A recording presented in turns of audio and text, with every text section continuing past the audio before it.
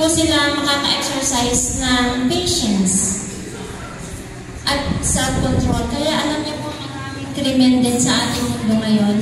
Diba? Wala kasing patience. Eat whatever they want. Eat whatever they want. Diba? Eat the volume they want. Kaya naman, maraming krimen ang nangyayari sa mundo natin kasi nga po, hindi na-develop sa isip nila yung control, yung temperance, yung patience. Kaya, minutes. Ayan. Mothers are sowing the seed that will spring up and bear fruit. The children are not educated to deny their appetite and restrict their desire. Yun na nga po, hindi natin naturuan ng mga bata. Pero may pag-asa pa ba? Opo, may pag-asa pa po. Ano gagawin nyo? Kinakailangan natin magsakripisyo mga nanay na mag-prepare ng mga pagkain na magugustuhan nila. Halimbawa, gusto nila kumain ng burger. Eh, paano mo naman, alam sabi, bakit kumakain ng burger? Kasi ano yan? Nakakalasin yan, o nakakamatay yan, o nakakapagkasakit yan. Alam niyo po, kumakain kami ng burger. Okay. Ang gagawin ko po, i-in po ako ng kalabasa, carrots, lalagyan ko po yun ng maraming sibuyas at bawang. Pagkatapos, sa halip na harina, ang nilalagay ko po ay gabi. Bakit gabi? Kasi ang gabi po, malapot. Pag yan po yung nalagyan ng konting manika, yan po ay lumulutong. Tapos lagyan mo siya ng lettuce, kamatis, pipino, burger. Pero vegetarian. Di mo ba?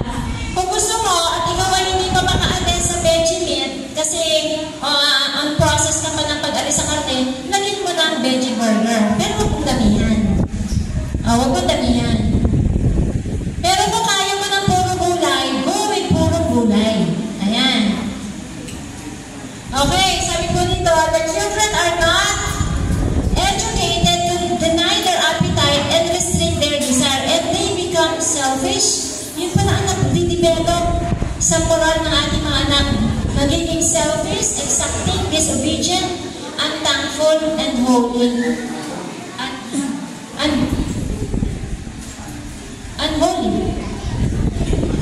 Unholy. Ayan. So kung mapapansin niyo po sa inyong mga anak, bakit kaya yung ugali? O baka naman hindi sa inyo, sa iba. Mapapansin niyo sa ibang bata, bakit kaya ganito ang ugali ng mga batang ito? Di mo ba? Relate dyan. Sinong teacher? Cancer. Blood cancer. Ano ang blood cancer? Leukemia. Marami po mga bata ngayon nagkakaroon ng blood cancer because of the food na kanilang kinain. May research din po ako na nabasa, pagaman, hindi nila sinasabing ito talaga ang dahilan. One of the reason is hotdog. May video po ako dyan ng hotdog. Kaya nga nakalive tayo, baka maso ako nung may-ari ng Pero makikita niyo doon kung paano ginagawa yung hotdog. At sabi doon, hindi ko alam kung bibili pa kayo pagkatapos na makita niyo yung video. Walang brand lang, okay yan. Ha? Sige, pakita natin mamaya. Sabi ng boss ko, pakita mo. Yan. Hindi lang pala physical ang naapektuhan kapag kumakain ng ganon. Pati po yung spiritual and moral power naapektuhan.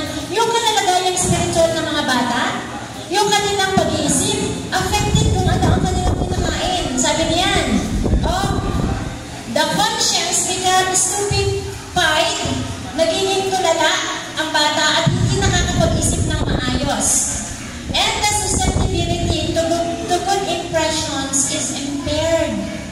Yung mga pag-isip na, ito ba ang tama, ito ba yung mali, hindi na po nila nagagawa yun. Tingnan niyo po yung mga bata sa labas. Huwag na natin, siguro sa ating pamilya makikita niyo rin yan. Kahit sabihin natin minsan kung ano yung tama, hindi nila ginagawa. Hindi nila makomprehend sa kanilang isipan na ito pala yung tatamang gawin. Kaya marami sa mga pamilya po natin ngayon, problematic din. Halimbawa na lang, alam naman ang mga anak natin na ang gaming ay sinabi natin hindi maganda. Di mo ba? Pero kahit anong sabihin natin sa mga anak natin, hindi na sila makadecide, makapili na dahil ito'y mali hindi ko ito gagawin. Ginagawa pa rin nila. Okay, napakasimpleng example po niyan.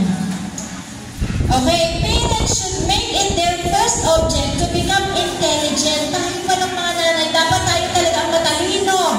No? Sa tamang mga pamamaraan ng pakikitungo sa ating mga anak. Kinakailangan natin ma-secure na maayos ang kanilang pag-iisip at ang kanilang katawan. Temperance ang sinasabi. Ang susi po dyan para magawa natin ay maturuan ang ating mga anak ng pagpipigil. Naranasan ko ba na pumunta kayo sa mall? Sabi niyo sa anak niyo, anak, pumunta tayo sa mall, ito lang bibili natin. Hindi ka bibili kasi konti lang yung pera natin. Pero pagdating sa mall, may nagustuhan laruan yung anak mo. At para makuha yun, nagligalik siya ng nagligalik at nagpagulong-gulong. Di ba ba? So, ginawa mo para tumigil, binilhan mo na lang. Relate po ba kayo dyan? Sa halin na yan, magbulong-bulong, titigil din yan pag napagod. Mauunawaan ng anak natin na mali pala yung kanyang hinihingi kasi hindi niya napag-usapan sa simula. So, part po yun ng temperance. Sa pagkain, gano'n din.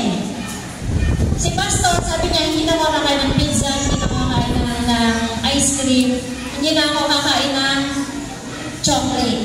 Aba, masasarap po yan. Cakes. May, hindi po talaga kami bumibili niyan. Dahil po kami bumili niyan, pero may nagbibigay sa amin. Ako, tumitikim pa po kaya kasi hindi ko pa sinabi sa Panginoon na hindi. Pero napaka-kaunti, isang piraso, gano'n. So, pag may nagbigay, hindi ko talaga yan. Oo, temperance. At mga bata, gano'n din. Pwede natin turuan habang sila ay maliit. Self-denial. Kahit gustong-gusto mo, sabi nito ko sa akin kagabi, Ma, bakit po yung mga bata bumibili ng candy? Hindi po ba, hindi maganda ang candy sa katawan? Mga Adventist naman po yun, bakit bumibili ng candy? Atay kayo. Di po ba?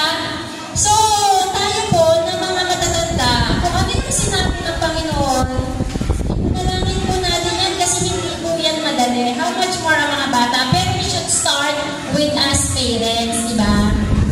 Ayan. Mothers love their children with an idolatrous love. Anong klaseng pagmamahal yan? Kasi dahil nga mahal mo, ang alam mo, pupusugin mo siya para maging malusog siya.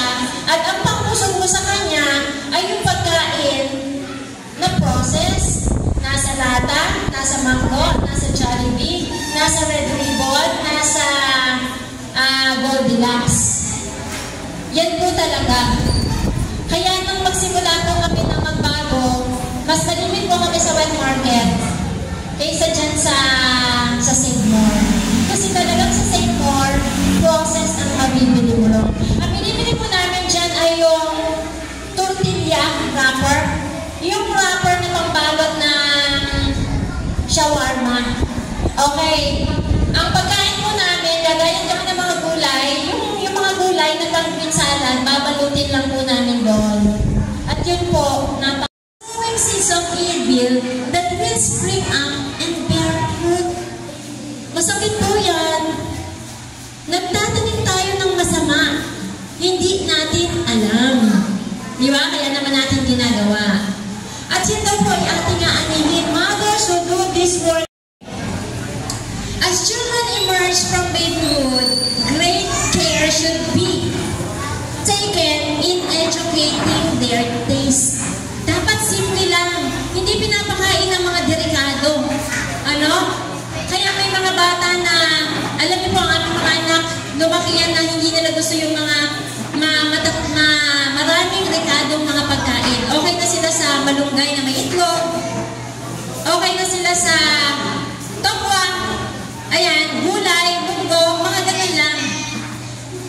For 7 years, yung aking tatlong lalaki, hindi po talaga yung kumain ng isda at karne. Nung kami nasa district sa San Juan. Nung kami pumunta dito sa Cavite, na mag-aaral sila sa AUP, doon sila nakasimulang kumain. Kasi dyan po, hindi naman marami dyan ay hindi Adventist, di ba? Marami po dyan ay hindi Adventist na nag-aaral. So sanay talaga sila sa pagkain ng mga Jollibee. Kaya pag may birthday, 8:30 ngayong magkakaklase, lahat dyan magsa 7 years old. So lahat yun, lagi may pakain ng 7 years old. At ang daladala talaga nila, McDo, Jollibee.